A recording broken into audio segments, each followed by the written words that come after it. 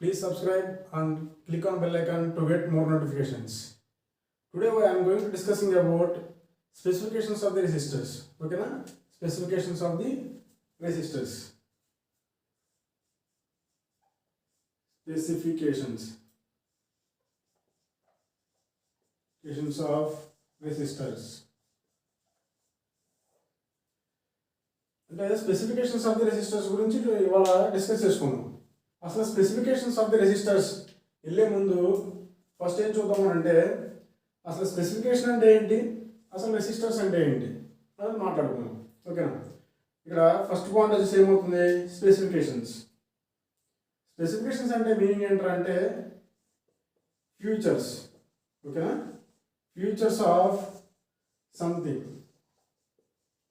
అంటే ఏంటి, స్పెసిఫికేషన్స్ అంటే మీనింగ్ ఏంటంటే ఫ్యూచర్స్ ఆఫ్ సంథింగ్. ఇక్కడ సంథింగ్ వచ్చేసి అది device or circuit or component depending upon their application. ఓకేనా? ఫ్యూచర్ ఆఫ్ సంథింగ్ అంటే ఒక వస్తువుకి ఏమేమి ఫీచర్స్ ఉన్నాయి అని తెలిపేది ఏంట్రా అంటే స్పెసిఫికేషన్స్ ఆఫ్ ది రెసిస్టర్స్. ఓకేనా? దీనికి రియల్ ఎగ్జాంపుల్లో చెప్పుకోవాలనుకుంటే కనుక ఎగ్జాంపుల్ వచ్చేసి ఫర్ ఎగ్జాంపుల్ మనము రియల్ ఎగ్జాంపుల్ వచ్చేసి మొబైల్ తీసుకుందాం. ఓకేనా? మొబైల్ తీసుకుంటే మొబైల్ని తీసుకుంటే ఫర్ ఎగ్జాంపుల్ మనం మొబైల్ కొనాలనుకోండి. ఓకేనా? మనం మొబైల్ కొనాలి అనుకున్నప్పుడు మనం ఏ మొబైల్ అయితే కొనాలనుకున్నామో ఫస్ట్ ఆ మొబైల్ నేమ్ తెలియాలి. ఏంటిది, for example Samsung or Vivo or ఇంకేమున్నాయి, Realme. They are different types of mobiles. ఓకేనా? శాంసంగ్ ఉంది, వివో ఉంది, రియల్మీ ఉంది. అంటే డిఫరెంట్ టైప్స్ ఆఫ్ మొబైల్స్ అనేవి ఎలా డివైడ్ చేశారు, depending upon the manufacturing company మీద డిపెండ్ అయ్యి ఏం చేశారు, దాని యొక్క నేమ్ శాంసంగ్ మొబైలా, వివో మొబైలా, రియల్మీ మొబైల్ డిసైడ్ అవ్వడం జరిగింది. ఓకేనా? ఈ శాంసంగ్ మొబైల్ కొనాలి, ఫర్ ఎగ్జాంపుల్ నేను తీసుకున్నాను శాంసంగ్ మొబైల్ కొనాలి అనుకున్నాను. ఓకేనా? డైరెక్ట్గా వెళ్ళిపోయి షాప్కి వెళ్ళిపోయి నాకు శాంసంగ్ మొబైల్ ఇవ్వు అంటే వాడిస్తాడా? ఇవ్వడం జరగదు. ఎందుకు, అసలు ఈ శాంసంగ్ మొబైల్ ఇవ్వు అని అంటే వాడి దగ్గర there are so many number of Samsung mobiles. ఓకేనా? అప్పుడు మనం ఏం చేయాలి, మనకి ఏదైతే మొబైల్ కావాలో ఆ మొబైల్కి తగ్గట్టుగా ఫీచర్స్ మనము సెలెక్ట్ చేసుకోవాలి. ఓకేనా? ఫీచర్స్ అంటే ఇక్కడ ఏం ఫీచర్స్ చూసుకుంటాము, మొబైల్స్ దగ్గర నాకు కావాల్సినటువంటి మొబైల్కి 4GB ర్యామ్ ఉండాలి. అంతేనా? 4GB ర్యామ్ ఉండాలి అండ్ 128GB రోమ్ ఉండాలి. ఓకేనా? 128GB రోమ్ ఉండాలి. నెక్స్ట్ ఇంకేముండాలి, 5000 mAh బ్యాటరీ కెపాసిటీ ఉండాలి. ఓకేనా? 5000 mAh బ్యాటరీ కెపాసిటీ ఉండాలి. నెక్స్ట్ ఏముండాలి, స్క్రీన్ సైజ్. ఓకేనా? Screen size and other smart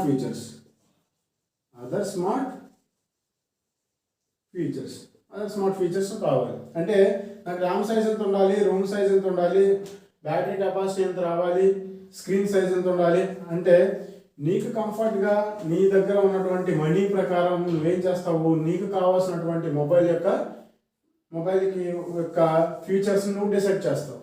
ఓకేనా? అంటే ఏంటి, నీకు ఏదైతే మొబైల్ కావాలో దానికి సంబంధించిన దాన్ని ఏం తెలియజేస్తుందంటే ఫీచర్స్ తెలియజేస్తుంది. ఓకేనా? ఎలా అయితే నువ్వు మొబైల్ షాప్కి వెళ్ళి నాకు పలానా మొబైల్ కావాలి అని చెప్పి అడుగుతావో సేమ్ యాస్టీస్గా ఒక రెసిస్టర్ షాప్కి వెళ్ళి పలానా రెసిస్టర్ కావాలి అని అడగాలి. ఓకేనా? పలానా రెసిస్టర్ ఇవ్వాలంటే నువ్వు ఏ రెసిస్టర్ కావాలో అది నీకు తెలిస్తేనే కదా వాడు ఇచ్చేది. అలాగే ఇక్కడ మొబైల్ షాప్కి వెళ్ళి మొబైల్ అంటే వాడు ఇవ్వడు. ఏ మొబైల్ ఇస్తాడు, నీకు ఏ ఫీచర్స్ అయితే కావాలో ఆ ఫీచర్స్ మొబైల్ షాప్కి మొబైల్స్ని అమ్మే వాళ్ళకి చెప్తే ఆ ఫీచర్స్కి తగ్గట్టుగా నీకు ఏ మొబైల్ అయితే కావాలో ఆ మొబైల్ని ఇవ్వడం జరుగుతుంది. ఓకేనా? సేమ్ యాస్టీస్ అలాగే ఇక్కడ మొబైల్కి అయితే ఎలా అయితే ఫీచర్స్ ఉన్నాయో ఒక రెసిస్టర్స్ని కొనేటప్పుడు కూడా దానికి కొన్ని ఫీచర్స్ ఉంటాయి. ఓకేనా? అంటే ఆ ఫీచర్స్ ఏమై ఉండాలి అని అంటే depending upon the different types of the resistors. అసలు ఇక్కడ ఫీచర్స్ ఆర్ స్పెసిఫికేషన్స్ అసలు ఎందుకు, ఫర్ ఎగ్జాంపుల్ మొబైల్ దగ్గర తీసుకుందాం అనుకోండి. ఓకేనా? మొబైల్ దగ్గర నాకు 4GB ర్యామ్ ఉండాలి, 128GB రోమ్ ఉండాలి. ఓకే, కెమెరా కెపాసిటీ 64 మెగా పిక్సెలే ఉండాలి. ఎందుకు ఇవన్నీ అసలు? ఓకే, నేనేం చేస్తాను, ఫర్ ఎగ్జాంపుల్ ఇదంతా టచ్ ఫోన్కి, టీఓయూ సిహెచ్ టచ్ ఫోన్, ఇది మొబైలే. ఫర్ ఎగ్జాంపుల్ కీప్యాడ్ మొబైల్ తీసుకున్నాను, ఓకేనా. దీనికి ఒక కెమెరా ఉంది, దీనికి ర్యామ్ ఉంది, దీనికి రోమ్ ఉంది. టచ్ ప్యాడ్కి ఏదైతే ఉందో సేమ్ యాజ్ దిస్ మొబైల్ కూడా ఉన్నాయి కదా. మరి దీన్ని ప్రిఫర్ చేయకోకుండా దీన్ని ఎందుకు ప్రిఫర్ చేసుకున్నాను అనేది ఇంపార్టెంట్. ఎందుకు ప్రిఫర్ చేసుకున్నాను అంటే నాకు కావాల్సినటువంటి అప్లికేషన్లో ఇది యూజ్ అవ్వదు. ఎందుకు యూజ్ అవ్వదు? నాకు అప్లికేషన్కి వాడుకోవడానికి దీనికి ఉన్న కెమెరా కెపాసిటీ చాలదు, దీనికి ఉన్న ర్యామ్ స్పీడ్ చాలదు, నెక్స్ట్ దీనికి ఉన్న రోమ్ కెపాసిటీ చాలదు కాబట్టి దీన్ని యూజ్ చేసుకోలేను. అందుకని ఎక్కడికి వెళ్ళాను, నాకు ఏదైతే అప్లికేషన్లో ఉపయోగపడుతుందో దాని దగ్గరికి వెళ్ళాను. ఏం ఉపయోగపడుతుందో ఇక్కడ టచ్ మొబైల్ ఉపయోగపడుతుంది. దాని కెపాసిటీ ఎంత? 4 GB ర్యామ్ కావాలి. నా అప్లికేషన్ రన్ అవ్వాలంటే 4 GB ర్యామ్ కావాలి, 128 GB రోమ్ కావాలి, 64 మెగా పిక్సెల్ కెమెరా కావాలి. ఫర్ ఎగ్జాంపుల్ లైక్ పబ్జీ, ఓకేనా. పబ్జీ గేమ్ తీసుకుంటే ఎగ్జాంపుల్, ఇది కీప్యాడ్ మొబైల్ రన్ అవుతుందా? కీప్యాడ్ మొబైల్ రన్ అవ్వదు కాబట్టి నేను కీప్యాడ్ మొబైల్ కొనుక్కుంటాను, కీప్యాడ్ మొబైల్ని ప్రిఫర్ చేయడం జరగదు. ఓకేనా. నెక్స్ట్ ఇప్పుడు ఏం తీసుకుంటాను, కీప్యాడ్ మొబైల్ రన్ అవ్వదు కాబట్టి నెక్స్ట్ దేనికి వెళ్ళాను, టచ్ మొబైల్కి వెళ్ళాను. టచ్ మొబైల్ కూడా చాలా రకాలు ఉన్నాయి. 2 GB ర్యామ్ ఉంది, 4 GB ర్యామ్ ఉంది, 8 GB ర్యామ్ ఉంది, and so on depending upon there manufacturing mobile. ఓకేనా. నాకేం కావాలి, పబ్జీ రన్ అవ్వాలి అంటే పబ్జీ అనేది ఓన్లీ 4 GB ర్యామ్లోనే రన్ అవుతుంది. నెక్స్ట్ 128 GB రోమ్లో మాత్రమే రన్ అవుతుంది. ఓకేనా. అంటే పబ్జీ అనేది రన్ అవ్వడానికి ఏ మొబైల్ అయితే సహకరిస్తుందో ఆ మొబైల్కి ఉన్నటువంటి ఫీచర్స్ని సెలెక్ట్ చేసుకొని ఆ మొబైల్ బై చేసి కొనుక్కోవడం జరుగుతుంది. సేమ్ యాజ్ ఇట్ ఈజ్ అలాగే ఇక్కడ ఎలా అయితే మొబైల్ సెలెక్ట్ చేసుకుంటామో అలాగే ఇక్కడ కూడా రెసిస్టర్ని సెలెక్ట్ చేసుకోవడానికి కావాల్సినటువంటి ఫీచర్స్ని స్పెసిఫికేషన్స్ అన్నాను. ఓకేనా. మరి ఈ రెసిస్టర్కి స్పెసిఫికేషన్స్ ఎందుకు, అసలు ఫీచర్స్ ఎందుకు అని అంటే, రెసిస్టర్ నేను ఏం చేస్తున్నాను, రెసిస్టర్ని ఒక సర్క్యూట్లో ప్లేస్ చేస్తాను. అంటే దేని మీద, పీసీబీ మీద ప్లేస్ చేస్తాను. ఎందుకు పీసీబీ మీద ప్లేస్ చేస్తాను, ఎందుకు సర్క్యూట్లో ప్లేస్ చేస్తానంటే, ఫర్ ఎగ్జాంపుల్ నేను ఇక్కడ టీవీ బోర్డుని తయారు చేయాలి. ఒక ఎలక్ట్రానిక్ సర్క్యూటే కదా టీవీ బోర్డు అనేది. టీవీ బోర్డు మీద నేను ఒక రెసిస్టర్ని ప్లేస్ చేసినప్పుడు టీవీ ఆపరేషన్ జరగడానికి ఎంతైతే కరెంట్ కావాలో, ఎంతైతే వోల్టేజ్ కావాలో అంత voltage and current resistor provide చేయాలి. ఈ టీవీ ఆపరేషన్ జరగడానికి ఎంత వోల్టేజ్ అయితే కావాలో అంత ప్రొవైడ్ చేసేటువంటి రెసిస్టర్ని సెలెక్ట్ చేసుకోవడానికి ఏ ఫీచర్స్ ఉన్నటువంటి రెసిస్టర్ని సెలెక్ట్ చేసుకోవాలని చెప్పి తెలియాలి. ఓకేనా. అది ఏంటంటే ఇక్కడ రెసిస్టర్కి వచ్చేసి డిఫరెంట్ టైప్స్ ఆఫ్ ఫీచర్స్ వచ్చేసి ఫస్ట్ వన్ వచ్చేసి రెసిస్టెన్స్ వాల్యూ. ఓకే, దీన్ని ఫస్ట్ వన్ వచ్చేసి రెసిస్టెన్స్ వాల్యూ అంటే ఏంటంటే ఒక రెసిస్టర్కి ఎంత వాల్యూ అయితే ఉందో దాన్ని రెసిస్టెన్స్ వాల్యూ అని అన్నాం. ఓకేనా. ఇప్పుడు ఫర్ ఎగ్జాంపుల్ రెసిస్టర్ యొక్క వాల్యూ ఎంత, the value of resistor is called as resistance value. ఓకేనా. ఒక రెసిస్టర్కి ఉన్నటువంటి వాల్యూని ఏమంటున్నాం అంటే రెసిస్టెన్స్ వాల్యూ అని అన్నాం. ఓకేనా, రెసిస్టెన్స్ వాల్యూ అన్నాం. ఫర్ ఎగ్జాంపుల్ మొబైల్లో ర్యామ్ ఉంది. ఓకేనా. ర్యామ్ వాల్యూ ఎంత, ర్యామ్ కెపాసిటీ ఎంత అంటే ఏం చెప్తున్నాం, 4 GB అని చెప్తున్నాం. లైక్ సేమ్ అలాగే ఇక్కడ ఒక రెసిస్టర్ ఉంది, ఆ రెసిస్టర్కి సంబంధించిన వాల్యూ ఎంత అంటే the value of resistor is called as resistance value. ఓకేనా. దాన్ని ఏ లెటర్తో ఇండికేట్ చేసుకుంటాము, అండ్ దాన్ని ఏమో ఏ లెటర్తో ఇండికేట్ అంటే క్యాపిటల్ ఆర్ అనే లెటర్తో ఇండికేట్ చేసుకుంటాం. ఓకేనా. దాని యొక్క యూనిట్స్ వచ్చేసి ఏమి ఇండికేట్ చేసుకుంటాం అంటే ఓమ్స్. దాని యొక్క యూనిట్స్ వచ్చేసి ఓమ్స్. ఓమ్ యొక్క సింబల్ లైక్ దిస్. ఓకేనా, ఇలా ఉంటుంది. The resistance value is called as value of the resistor is called as resistance value. దాన్ని ఏ లెటర్ ఇండికేట్ చేసుకుంటాం అంటే ఆర్ అనే లెటర్ ఇండికేట్ చేసుకుంటాం. దాని యొక్క యూనిట్స్ వచ్చేసి ఓమ్స్. ఓకేనా. ఒక రెసిస్టర్కి ఉన్నటువంటి వాల్యూని ఏమన్నాం, రెసిస్టెన్స్ వాల్యూ. ఎగ్జాంపుల్ వచ్చేసి 100 ఓమ్స్. ఓకేనా, 100 ఓమ్స్.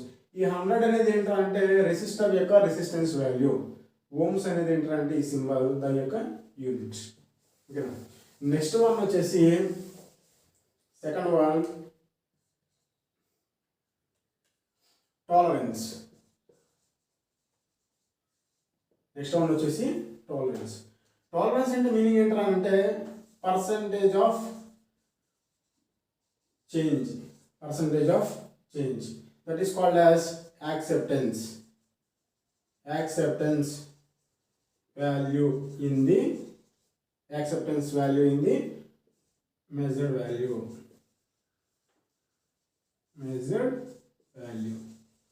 ఒక వాల్యూని మెజర్ చేసిన తర్వాత ఎంత పర్సంటేజ్ యాక్సెప్ట్ చేయాలి అనేది తెలిపేది ఏంట్రా అంటే tolerance, percentage of acceptance value. ఓకేనా? అంటే ఫర్ ఎగ్జాంపుల్ నా రెసిస్టర్ నేను ఏం చేశాను, షాప్కి వెళ్ళిన తర్వాత నాకు 100 ohms రెసిస్టర్ కావాలి అని చెప్పి అడిగాను. ఓకేనా?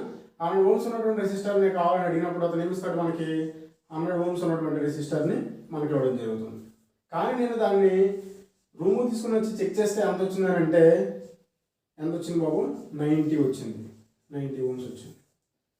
ఓకేనా? రూమ్ తీసుకుని వచ్చి మెజర్ చేసినప్పుడు ఎంత వచ్చింది, 90 ohms వచ్చింది. కానీ నాకు షాప్లో ఇచ్చింది ఎంత, 100 ohms ఉన్నటువంటి రెసిస్టర్ని ఇవ్వడం జరిగింది. ఓకేనా? కానీ ఇక్కడ మనకి డిఫరెన్స్ ఎంత వచ్చింది, నాకు కావాల్సిందేమో 100 ohms, నాకు రూమ్కి వచ్చిన తర్వాత మెజర్ చేసిందేమో 90 ohms. ఇక్కడ డిఫరెన్స్ ఎంత వచ్చింది, 100 మైనస్ 90. ఓకేనా? 100 మైనస్ 90 డిఫరెన్స్ ఎంత, 10 ohms. మరి దీన్ని యాక్సెప్ట్ చేయాలా రిజెక్ట్ చేయాలా? నాకు కావాల్సినటువంటి వాల్యూ ఏమో 100, కానీ నాకు వచ్చినటువంటి వాల్యూ 90. మరి దీన్ని యాక్సెప్ట్ చేయాలా రిజెక్ట్ చేయాలా అనేది దేని మీద డిపెండ్ అయి ఉంటుంది అంటే టాలరెన్స్ వాల్యూ మీద డిపెండ్ అయి ఉంటుంది. ఓకేనా? అంటే ఇక్కడ మనం మెజర్ చేసుకున్నటువంటి వాల్యూ అనేది ఓకేనా ఎంత పర్సెంట్ ఒరిజినల్ వాల్యూ కన్నా తక్కువ వచ్చింది, ఎంత పర్సెంట్ ఒరిజినల్ వాల్యూ కన్నా ఎక్కువ వచ్చింది అని తెలిపేది ఏంట్రా అంటే టాలరెన్స్ వాల్యూ. ఓకేనా? అండ్ ఇంకో మీనింగ్ ఏంట్రా అంటే percentage of change, percentage of change of acceptance. ఓకేనా? అండ్ ఇంకోటి ఏంటి అని అంటే ఇక్కడ మనం మెజర్ చేసినటువంటి వాల్యూలో ఓకేనా మనం మెజర్ చేసినటువంటి వాల్యూలో ఎంత పర్సంటేజ్ చేంజ్ అంటే ఎంత పర్సంటేజ్ తక్కువ వచ్చింది, ఎంత పర్సెంట్ తక్కువ వచ్చినప్పుడు యాక్సెప్ట్ చేయాలి, ఎంత పర్సెంట్ ఎక్కువ వచ్చినప్పుడు యాక్సెప్ట్ చేయాలి. ఓకేనా? ఫర్ ఎగ్జాంపుల్ 100 ohms అని అన్నాను, 100 ohms వచ్చింది. 100 ohms కన్నా మెజర్ చేస్తే ఎంత వచ్చింది, 90 ohms వచ్చింది. లేదు నెక్స్ట్ ఇంకో రెసిస్టర్ తీసుకుని వచ్చి 100 ohms ఉన్నటువంటి రెసిస్టర్ తీసుకుని వచ్చి మెజర్ చేశాను, అప్పుడు నాకు ఎంత వచ్చిందంటే 110 వచ్చింది. అంటే ఇక్కడ ఎంత డిఫరెన్స్ వచ్చింది, ఎంత తక్కువ వచ్చింది, 10 ohms తక్కువ వచ్చింది. ఓకే, ఇక్కడ ఎంత ఎక్కువ వచ్చింది, 10 ohms ఎక్కువ రావడం జరిగింది. ఓకేనా? అంటే ఇక్కడ రేంజ్ ఎంత అవుతుంది బాబు, 90 to 110 ohms. 90 to 110 ohms. ఎప్పుడు ఇది the range of acceptance 90 to 110 ohms ఎవరు డిసైడ్ చేస్తాడంటే ఇక్కడ వచ్చినటువంటి టాలరెన్స్ వాల్యూ. అంటే దీని మీనింగ్ ఏమవుతుంది, మ్యాక్సిమం టు, దీని మీనింగ్ ఏంటంటే మినిమం టు మ్యాక్సిమం. ఓకేనా? The tolerance is the percentage of change of acceptance. ఓకేనా? దాన్ని ఏమన్నామంటే టాలరెన్స్ అని అన్నాము. ఎంత పర్సంటేజ్ అనేది ఎక్కువ వచ్చినప్పుడు యాక్సెప్ట్ చేయాలి, ఎంత పర్సంటేజ్ ఆఫ్ తక్కువ వాల్యూ వచ్చినప్పుడు యాక్సెప్ట్ చేయాలని తెలిపేది ఏంటంటే టాలరెన్స్ తెలుపుతుంది. ఓకేనా? నెక్స్ట్ వచ్చేసి మనకి temperature coefficient of resistance. Temperature coefficient of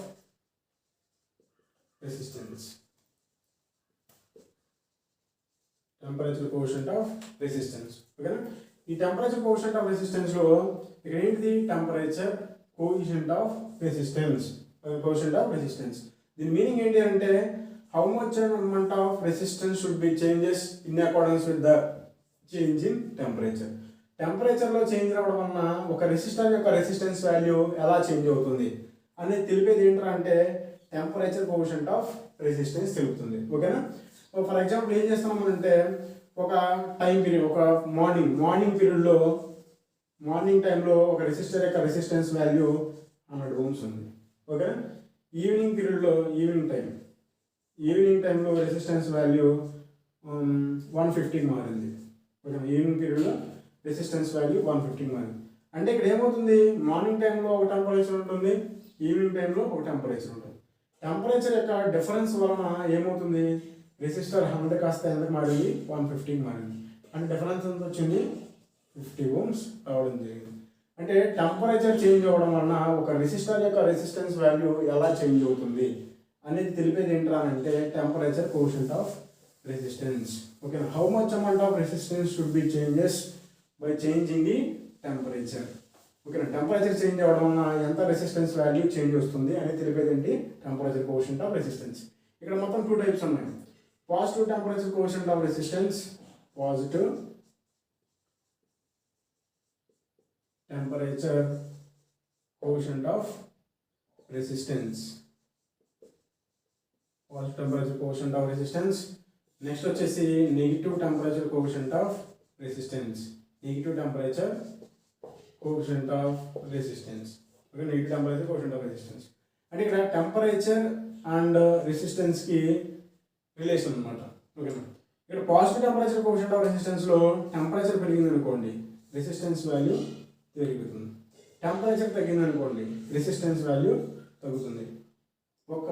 ఒక టైంలో టెంపరేచర్ అనేది పెరగడం వలన ఆ రెసిస్టర్ యొక్క రెసిస్టెన్స్ వాల్యూ పెరుగుతుంది, టెంపరేచర్ అనేది తగ్గడం వలన రెసిస్టర్ యొక్క రెసిస్టెన్స్ వాల్యూ తగ్గుతుంది. అంటే both are in proportional to each other. Is called as positive temperature coefficient of resistance. ఓకేనా, నెక్స్ట్ ఇన్ కేస్ ఓకే ఇది పాజిటివ్ టెంపరేచర్ అంటే ఒక పాజిటివ్ ఒకటి ఇంక్రీజ్ అయితే ఇంకోటి సేమ్ ఇంక్రీజ్ అవుతుంది, ఒకటి డిక్రీజ్ అయితే ఇంకోటి ఏమవుతుంది డిక్రీజ్ అవుతుంది. దీన్ని positive temperature coefficient of resistance అని అన్నాం. ఓకే, నెక్స్ట్ ఏముంది negative temperature coefficient of resistance. ఇదేంట్రా అంటే temperature and resistance value both are in inversely proportional. ఓకేనా, టెంపరేచర్ అనేది ఇంక్రీజ్ అయితే నెక్స్ట్ రెసిస్టెన్స్ వాల్యూ ఏమవుతుంది డిక్రీజ్ అవుతుంది, టెంపరేచర్ డిక్రీజ్ అయితే రెసిస్టెన్స్ వాల్యూ ఇంక్రీజ్ అవుతుంది. ఓకేనా, ఒక టెంపరేచర్ అనేది and resistance value both are in inversely proportional. ఓకేనా, both are in inversely proportional and the change in temperature and the change in resistance value is in the opposite direction. That's why it is called as negative temperature coefficient of resistance. This is the third property, third phase specification of the resistor. Okay, next one వచ్చేసి ఏంటంటే power rating. Power rating of the resistor. Power rating అంటే meaning ఏంటి అంటే for example ఇక్కడ మనము ఒక electronic device ఉందనుకోండి మన ఇంట్లో. ఓకేనా, ఎలక్ట్రానిక్ డివైస్ అనేది ఎప్పుడు ఒకేలాగా పనిచేస్తుందంటే ఒకేలాగా పనిచేయదు. ఎందుకని అని అంటే కొన్నిసార్లు బాగా పనిచేస్తుంది, కొన్నిసార్లు ఏమవుతుంది బర్న్ అయిపోతుంది. ఓకేనా, ఎందుకు బర్న్ అయిపోతుంది అని అంటే హై కరెంట్ పాస్ అవడం వలన.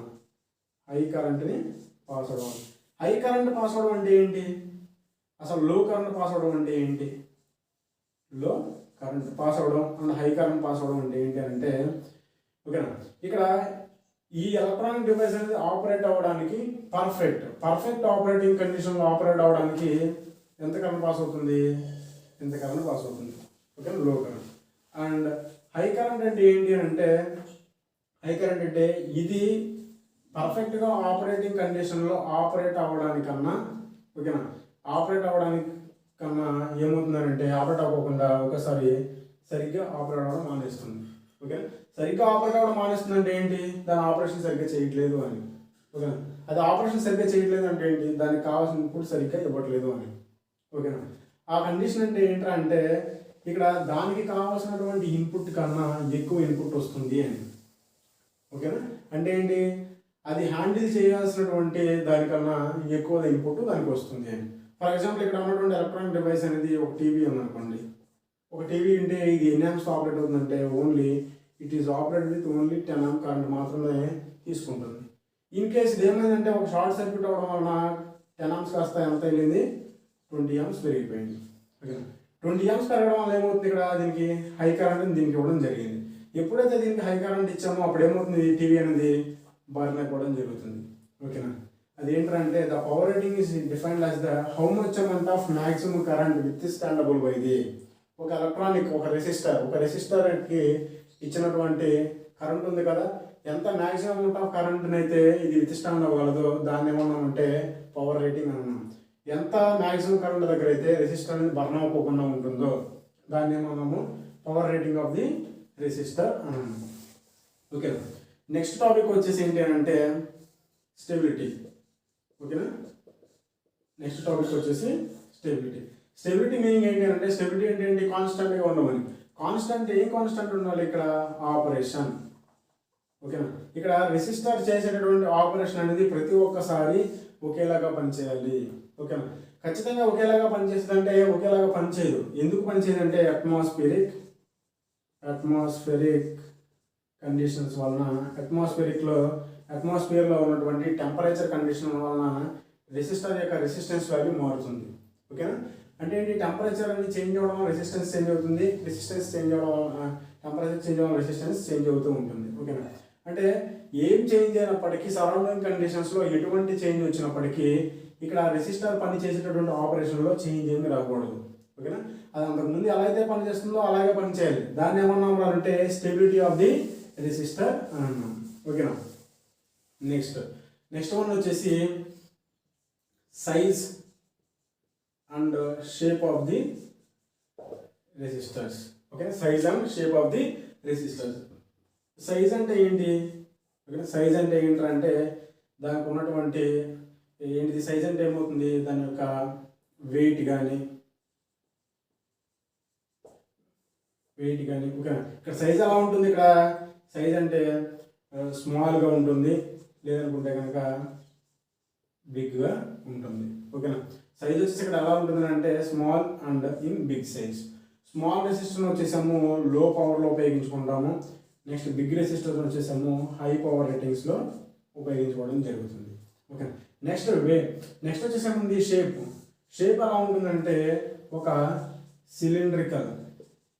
సిలిండ్రికల్ షేప్లో కానీ, ఓకేనా, నెక్స్ట్ ఒక స్క్వేర్ షేప్లో కానీ, ఒక రెక్టాంగులర్ షేప్లో కానీ ఉండడం జరుగుతుంది. అంటే ఇది ఏ ఆకారంలో ఉంది అనేది తెలిపేది ఏంటంటే షేప్ ఆఫ్ ది రెసిస్టర్, సిలిండర్లా, స్క్వేరా, రెక్టాంగిల్లా అనేది. ఓకే, నెక్స్ట్ సైజ్ ఏం ఇండికేట్ చేస్తుంది, ఎంత థిక్నెస్ ఉంది అనేది ఇండికేట్ చేస్తుంది సైజ్.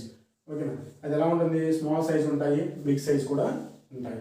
ఓకేనా, స్మాల్ సైజ్ వచ్చేసాము లో పవర్ని ఇండికేట్ చేస్తుంది, నెక్స్ట్ బిగ్ సైజ్ వచ్చేసాము హై పవర్ని ఇండికేట్ చేసుకోవడం జరుగుతుంది. ఓకేనా, these all are the specifications, different specifications of the resistors.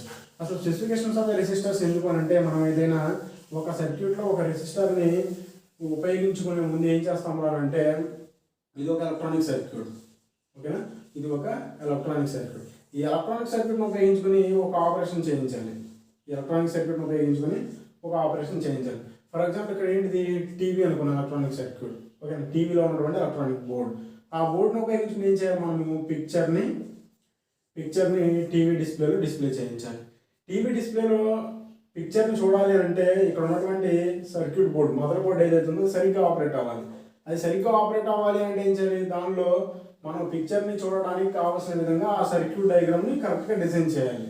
Okay, కరెక్ట్గా డిజైన్ చేయడం అంటే ఏంటి, అక్కడ ఏ కాంపోనెంట్ ఉపయోగించాలి, ఏ కాంపోనెంట్ యొక్క పవర్ రేటింగ్ ఎంత ఉండాలి, ఏ కాంపోనెంట్ యొక్క కరెంట్ రేటింగ్, కాంపోనెంట్ యొక్క సైజ్ అన్నీ సెలెక్ట్ చేసుకుని అప్పుడు మాత్రమే ఎలక్ట్రానిక్ సర్క్యూట్ డిజైన్ చేస్తేనే అది చేయాల్సినటువంటి ఆపరేషన్ పిక్చర్ అనేది సరిగ్గా చూడడం జరుగుతుంది.